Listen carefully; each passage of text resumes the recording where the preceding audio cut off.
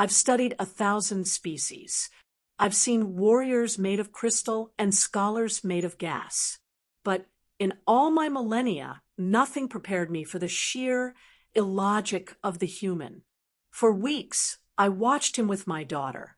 His lessons were soft, his methods were baffling, and frankly, I was about to have him removed. Then I saw what she did, and the very foundations of my empire trembled. In my Xylosian empire, logic is law. Emotion is a messy variable, a flaw we learned to purge long ago. Our civilization was built on the cold, silent math of survival, and under my eternal reign, it has become the model of galactic efficiency. I am Emperor Kalen, and for 10,000 years, I've seen the universe as one grand equation that always has a logical answer. My daughter, Princess Lyra, was my heir. Her life wasn't so much lived as it was designed, a meticulous program to mold her into the perfect leader. Every moment was scheduled, every lesson governed by protocol. She was learning to be a perfect reflection of our ideals, precise, unwavering, and free of the sentimental noise that plagued lesser species. Her gilded cage was perfect, secure, and utterly logical. The human's arrival was barely a footnote. It was the result of some territorial deal, with a species too young and chaotic to be a real threat. As a gesture of, well, let's call it magnanimity, the human who called himself Elias was brought to the capital. My council wasn't sure what to do with him, so they assigned him to my daughter's staff. His title was cultural tutor, a meaningless job meant to keep him busy and under watch. I approved. It seemed like an efficient use of a strange, new asset. He would be a living lesson for Lyra on the follies of primitive life. I couldn't have been more wrong. I assumed Elias's first session with Lyra would be some clumsy lecture on his species' short, violent history. I figured he'd boast about their chaotic art or their nonsensical philosophies. Instead, he did something that made no sense at all. He gave my daughter a dying weed. It was a small, withered plant he'd found in a defunct hydroponics bay, its leaves limp and brown. Lyra, the heir to an empire of 1,000 worlds, just stared at the pathetic thing with complete and justifiable confusion. Then, the human started his lesson. He didn't talk about strategy or conquest. He talked about nurturing. He showed her how to give the plant water and place it under a synthesized sunbeam. He spoke of tending to something not for what it could produce, not for its value, but just for the simple act of helping it live. Lyra's report that evening was full of bewildered words. The plant had no strategic value. It produced no rare compounds. It couldn't be weaponized. Its very existence was, by every metric we valued, illogical. She was right, of course. I wrote the whole thing off as proof of human sentimentality, a primitive instinct to care for the useless, but a flicker of something, an anomaly in my own thinking, stopped me from ending the experiment. I decided I'd keep watching. Rough the palace's silent surveillance feeds, I watched the human's baffling curriculum continue. He didn't teach Lyra stellar cartography. He taught her to find patterns in the stars and make up stories about them. He didn't lecture on Xylosian law. He read her old human fables about heroes who won not through logic, but through things he called courage and love. But the most disturbing part, he taught her about empathy. He encouraged her to imagine the feelings of the creatures in his stories, to consider the perspectives of others. This was the heart of his teaching, a focus on emotional understanding, the very thing my empire had identified as a vulnerability ages ago. And Lyra began to change. It was subtle at first, a slight pause before ordering a service drone, a question about a palace guard's well-being. She started spending her free time not in wargame simulations, but in the alcove with Elias and the weed, which, against all odds, was starting to show a hint of green. This newfound softness was a flaw, a dangerous bug in her programming. My advisors all said the same thing. The human was a corrupting influence and had to be removed.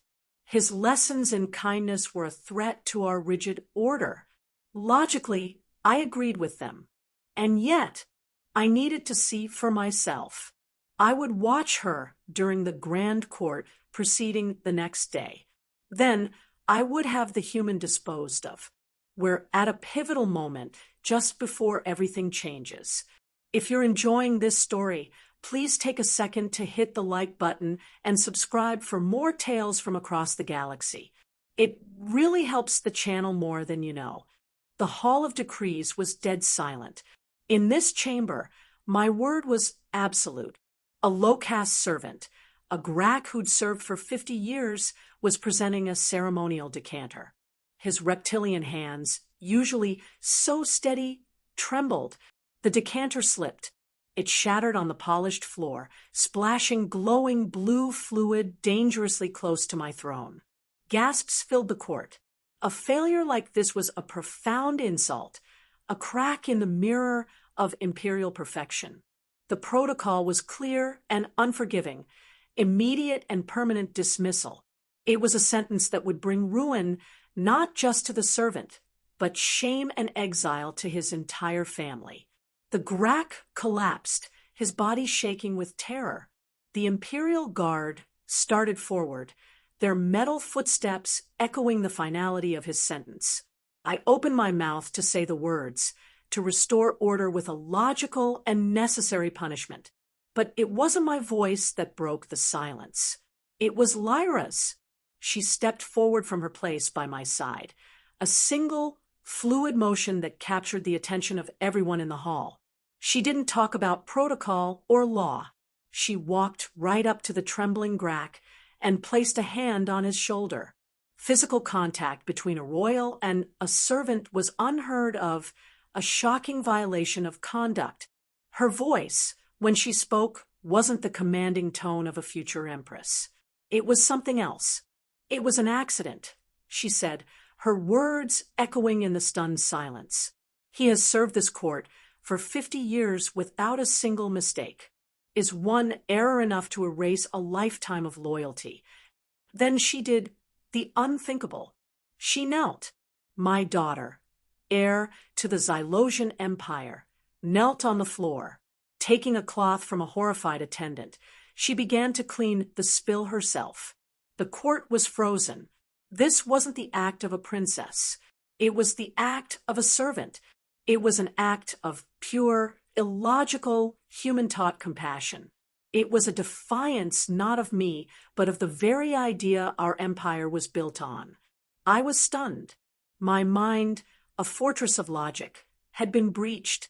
I looked at my daughter, kneeling on the cold floor to save a lowly servant.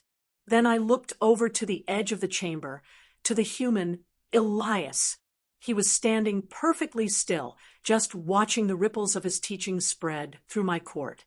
The logic of my empire demanded I punish the Grak and reprimand my daughter for her catastrophic failure of conduct. It was the correct, efficient thing to do. But as I looked at the faces of my court, I didn't see them calculating Lyra's weakness. I saw awe. In that single, illogical act, my daughter had shown a kind of power I had never seen before. It wasn't a power that commanded fear, but one that inspired a deep, unshakable respect. With a wave of my hand, I dismissed the Grak's punishment and sent the stunned court away. The human's soft lessons weren't a weakness, after all. They were a new, powerful variable in the great equation of my empire, a variable I had completely failed to account for. That evening, I didn't summon Elias for his execution. I summoned him for an explanation. He stood before me, not with the fear of a prisoner, but with the quiet confidence of a teacher. He explained that true strength isn't just about dominance. He spoke of loyalty born not from fear, but from compassion. He called it a force multiplier, a military term my mind could grasp. An army that fears its commander will fight, he said, but an army that loves its commander will die for them. In that moment, I understood Lyra hadn't weakened her authority. She had forged it from a new, more resilient material. She didn't just command respect with her title. She had earned it with her actions. The human servant, this quiet man from a chaotic world, had nurtured not just a dying plant, but my daughter's soul. The Xylosian Empire didn't crumble that day, but its foundations shifted. Elias wasn't dismissed. He was promoted to official advisor, his first job to create a new curriculum for the Royal Academy. I began to listen to my daughter's advice, to her new, illogical insights. The foundations of my empire had trembled, but they didn't break. They were just making room for something stronger, something planted by a humble human and his shocking, revolutionary ideas about the power of kindness. What began as a simple lesson with a dying weed grew into a philosophy that would redefine an ancient empire. It's a reminder that sometimes the greatest strength isn't found in cold logic, but in the simple warmth of compassion. If you enjoyed this story, please consider subscribing and hitting that notification bell for more tales of humanity's surprising place in the galaxy. And let us know in the comments, what simple human trait do you think would most shock a rigid alien empire? We read every single one. Thank you for watching.